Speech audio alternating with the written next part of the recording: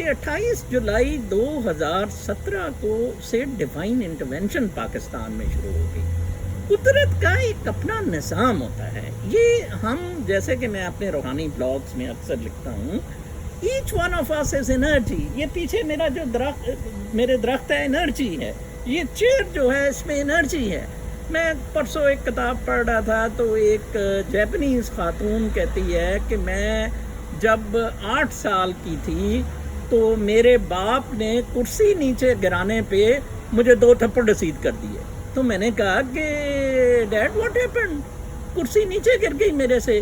اس نے کہتی میرے باپ نے کہا the chair also has a soul, chair also has a soul, you have done a wrong thing. تو یہ انرجی کا سارا سسٹم پاکستان میں اپسیٹ ہو گیا ہے. 22 کروڑ لوگ جو ان سے ہیں, میں مانتا ہوں کہ ان کی بھی نیتوں میں کھوٹ ہے بالکل. اگر ہماری انفرادی اور اجتماعی نیت اچھی ہو, لائک میں کیوں کہتا ہوں کہ امریکہ کو اگلے 100 سال کچھ نہیں ہوگا, میں ان کی ادھر امریکنز کی انفرادی اور اجتماعی سوچ کو دیکھ کے کہتا ہوں. اتنی پیار محبت والی سوچ, اتنی لونگ سوچ, کمال ہے. میں اتنا امپریسڈ ہوں, میں اتنا خوش ہوں. اور مجھے یہ بلاگز یا اس طرح آپ کے ساتھ ویڈیو میں رابطے آنے سے مجھے کسی قسم کی الحمدللہ نہ عہدے کی ضرورت ہے, نہ پاکستان میں جانے کی ضرورت ہے, نہ کسی الجھن میں پڑنے کی ضرورت ہے. میں وہ اوشو کہتا ہوتا تھا نا, جیسے کہ پہلے بندہ بچہ ہوتا ہے, پھر اونٹ, اور پھر شیر, اور پھر بچہ. میں نے اپنے پہلے 30 سال علم میں اور سیکھنے میں زندگی کے گزارے. دوسرے 30 سال میں نے شیر کی طرح چنگاڑا. میں 60 سال کا ہو گیا ہوں اور یہ میری چنگاڑ ہی تھی جس سے فروخ عرفان نیچے گرا. اب جو 30 سال یا جتنا عرصہ بھی اللہ پاک نے میری زندگی لکھی ہوئی ہے, وہ صرف آپ لوگوں کی میرے تجربے سے رہنمائی کی میری خواہش ہے. اس کے علاوہ میری کوئی خواہش نہیں. نہ مجھے پیسہ چاہیے. میں نے آج بلاگ میں لکھا تھا, مجھے کوئی ایک پاکستانی باہر سے ایکٹیو بندہ دکھا دیں جو پیسے پیڈ ایجنڈے پہ نہ ہو اور جو کبھی سیاستدان اور بیوروکریٹ کو کرٹیسائز کرتا نظر آ جائے, اور ان کے ٹویٹس کا, ان کی باتوں کا جنرل غفور صاحب نے ضرور جواب دینا ہوتا ہے. آج وہ گل بخاری کے ساتھ سر اڑائی بیٹھے تھے. ٹھیک ہے, جو لوگ irrelevant ہیں, جو لوگ پاکستان کے ساتھ ڈسلوئل ہیں, بیونڈ ڈاؤٹ ڈسلوئل ہیں. آپ دیکھیں جولین اسانجے کو. جولین اسانجے ایکویڈر کی ایمبیسی میں بیٹھا, وہ پنگے لے رہا تھا جو ایکویڈر کا نیا صدر آیا ہے. اس نے کہا یار یہ بدماش بنتے ہیں, ایک اس کو ہم نے ادھر ریفیوج دیا ہوا ہے, اور اب وہ اس وقت ننگا ایکویڈر کی ایمبیسی کے باہر بیٹھا ہے اور امریکہ اس کو ادھر پکڑ کے لائے گا اور چھتر مارے گا اسے. یہ باتیں ہوتی ہیں, پیٹریوٹزم کمز فرسٹ. کیا باتیں کرتے ہیں. سیکنڈ, میں ایک اور مسئلہ, میں جیسے کہہ رہا ہوں کہ ڈیوائن انٹرونشن ہو گئی ہے, اگلے 4-5 سال لوگوں کو بہت سفر کرنا پڑے گا, بہت. آج ہی جو وزیر بنے ہیں بریگیڈیئر اعجاز, انتہا کا کرپٹ, بدماش, چور, منافق آدمی. وہ فضیل اصغر میرا بیچ میٹ ہے, اس کو سیکٹری انٹیریئر جا رہا ہے. سیکٹری انٹیریئر جو ماڈل ٹاؤن کا مین کرمنل میجر اعظم سلیمان ہے, وہ چیف سیکٹری پنجاب آ رہا ہے. کیا ظلم ہے. یہ ظلم ہوتا رہے گا لوگوں پہ, ان 22 کروڑ لوگوں پہ یہ ظلم 4-5 سال جاری رہے گا. میں یہ دیکھ رہا ہوں, اس کا کوئی حل نہیں ہے بالکل بھی. یہ قدرت کا نظام ہے, ڈیوائن انٹرونشن ہو رہی ہے, یہ سسٹین نہیں کر سکیں گے. سوال ہی نہیں پیدا یہ سسٹین کر سکیں گے. لوگوں کو آپس میں اتفاق, پیار, محبت, اکٹھے ہونے کی, بھائی چارے کی اور سچائی کی اور ایمانداری کی ضرورت ہے, which is missing. patriotism is missing. دیکھیں, ایک بریگیڈیئر میجر جنرل یا CGS chief of general staff کی ٹیپس ملتی ہیں کہ وہ رو کے ساتھ ملا ہوا ہے. کیا کمی ہے ایک جنرل اور بریگیڈیئر کو, اتنے انہوں نے پلاٹ لیے ہوئے, گھر لیے ہوئے. تو میرا بنیادی مقصد یہ ہے کہ جنہوں نے کچھ کرنا ہوتا ہے وہ کر جاتے ہیں, جو بیوروکریٹ اور سیاستدان. میں نے کل ایک میجر جنرل مفتی صاحب کی مثال دی تھی, ملٹری لینڈز کے DG تھے, انہوں نے مال ون کا، حالانکہ جنرل زرار عظیم نے بہت زور لگایا اس وقت کے کور کمانڈر نے، انہوں نے این او سی بحریہ کو نہیں دیا. ابھی تک ملک ریاض کے پاس اس کا این او سی نہیں ہے مال ون کا. اسی طرح میں ایک واقعے پہ بات ختم کروں گا. ایک دفعہ ایک نواز شریف کر رہا تھا ایک میٹنگ، شہباز شریف نے کہا نواز شریف کو کہ ایک نسیم صادق صاحب ہیں آج کل سیکٹری فروٹ، کل پرسوں اناؤنس ہوئی ان کی پوسٹنگ، پی سی ایس افسر ہیں گریڈ 21 کے. تو انہوں نے کہا کہ یہ آپ کو نا لیزز کی ایک نئی پالیسی بتائے گا، گورنمنٹ کی زمینیں بہت پڑی ہیں، لیز پہ جائیں گی. تو جناب صاحب نواز شریف بھی مفلر کس کے اور اپنی ساری ٹیم کے ساتھ، ایک وہ جان زیب پولیس کے وہ مولوی صاحب ہوتے تھے، یہ سارے، مجھے بھی بلایا گیا کہ آپ کوآپریٹیوز میں پراپرٹیز کی طرف سے پراپرٹیز کا کرتے ہیں اور پرائیویٹائزیشن بورڈ کو ہیڈ کرتے ہیں، آپ بھی بیٹھے ہیں. میرے ساتھ رانا مقبول صاحب بیٹھے تھے جو ان کے پولیس کے بہت دوست اور سینیٹر ہیں آج کل. تو کوئی بات ہوئی تو خسرو پرویز کمشنر تھے، کسی زمانے میں میرے بیچ میٹ ہوتے تھے لاہور کے. تو نواز شریف اس وقت، یہ میں بات کر رہا ہوں 2010 کی، تو آبویسلی نواز شریف تو کچھ نہیں تھا، شہباز شریف چیف منسٹر تھا. تو خسرو پرویز پہ انہوں نے چڑھائی کر دی کہ آپ آرمی کے نیچے لگ گئے، آپ نے یہ کام کیوں نہیں کیا، وہ کام کیوں نہیں کیا. تو خسرو پرویز بھی مونچھوں کو تاؤ دے رہا ہے کہ no I spoke to corps commander, یہ وہ. رانا مقبول صاحب ادھر اٹھے، انہوں نے کہا یہ میرے ساتھ نظر چوہان جو بیٹھے ہیں نا، یہ بالکل خسرو پرویز غلط کہتا ہے. if he wanted to do he could have done. نظر چوہان نے بریگیڈیئر مان پہ 8 پرچے اینٹی کرپشن کے کٹوائے، اور جی ایچ کیو نے مجھے 3 دن سونے نہیں دیا. رانا مقبول کہتا کیونکہ بریگیڈیئر مان کورس میٹ تھا جنرل شجاع پاشا کا جو اس وقت DGISI تھا. وہ کہتے ہیں ایسے سوال ہی نہیں پیدا ہوتا کہ کوئی بندہ کام کرے. کہتا ہے سب کی بس ہو گئی. شہباز شریف نے کہا جی ہاں بالکل ٹھیک کہتے ہیں. تو نواز شریف تو ویسے اتنا میرے سے خوش نہیں ہوتا تھا، اس نے کوئی اس طرح اس بات کو سیریسلی نہیں لیا. کہنے کا مقصد صرف یہ ہے، میں نے ایک دفعہ شہباز شریف کو کہا کہ میں نے جو کیس بنائے ہیں ان میں ایک جنرل مہدی کے خلاف بھی ہے کوآپریٹو کی زمین لینے کا. تو بلکہ انہوں نے مجھے بلایا، تو میجر جنرل رینجرز کے جو نئے تھے اس وقت، وہ بیٹھے تھے ان کے پاس. شہباز شریف صاحب ان کے سامنے ایسے بیٹھے تھے جیسے کہ ایک کوئی ذاتی ملازم بیٹھا. تو مجھے کہتے ہیں نظر صاحب آپ نے وہ کیس بنایا جنرل مہدی پہ. ٹھیک ہے، جنرل مہدی ہے تو بہت گندا، اس نے بڑا وہ رینجرز کی بلڈنگیں بنائیں اور یہ وہ پٹرول پمپ شام. میں نے کہا کہ میرا اس سے کوئی کنسرن نہیں، کسی نے کیا بنایا کیا کیا. میں ایک امانت ہولڈ کر رہا ہوں being chairman liquidation board and I have submitted it. آپ جانیں، آپ کا کام جانیں، آپ کی اینٹی کرپشن ڈپارٹمنٹ جانے، میرا اس سے کوئی تعلق نہیں. میجر جنرل نے وہ چھڑی سی پکڑ کے ہی از ویری اور ایروگینٹ. میں کہا I have nothing to do with you general صاحب and I even didn't like being called here. ہم میں سے کوئی کھڑا ہی نہیں ہوا، فوجی نہیں بیچارے نے کیا کرنا، ان کی ایک لمیٹڈ ڈومین ہے. اسی طرح جناب صاحب سیاستدان کی ایک یہ سارا جوڈیشری کی یہ سارا گند جناب صاحب جون سے ہے، یہ سیاستدان اور سول بیوروکریسی کا ہے. جب تک کوئی 500 کے قریب یہ لوگ ہیں، یہ سیاستدان اور بیوروکریٹ، جنہوں نے یہ اربوں خربوں کا پاکستان کو چونا لگایا ہوا ہے. میں نے تو پچھلے سال مارچ میں $200 ارب نکلوانے کا کہا نا، مجھے تو ابھی تک کوئی جواب ہی نہیں ملا نا. ان 500 لوگوں کی کن پٹیوں پہ پستول رکھیں، اگر آپ کو $1000 ارب نہ نکلے ان سے تو آپ میرا نام بدل دیں. جناب کل پیرو کے صدر نے اپنی کن پٹی پہ پستول رکھ کے گولی چلائی. کیوں؟ پتہ لگ گیا کہ اندر ہو جائے گا.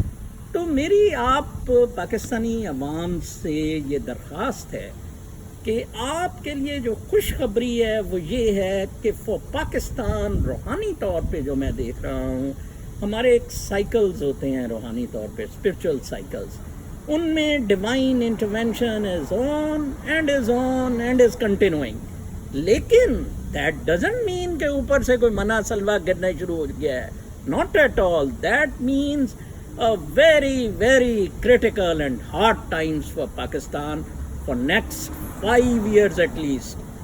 بہت لوگ مریں گے، بہت خون خرابہ ہوگا. بہت پاکستان غربت دیکھے گا صرف یہ 500 تبلچیوں کی وجہ سے.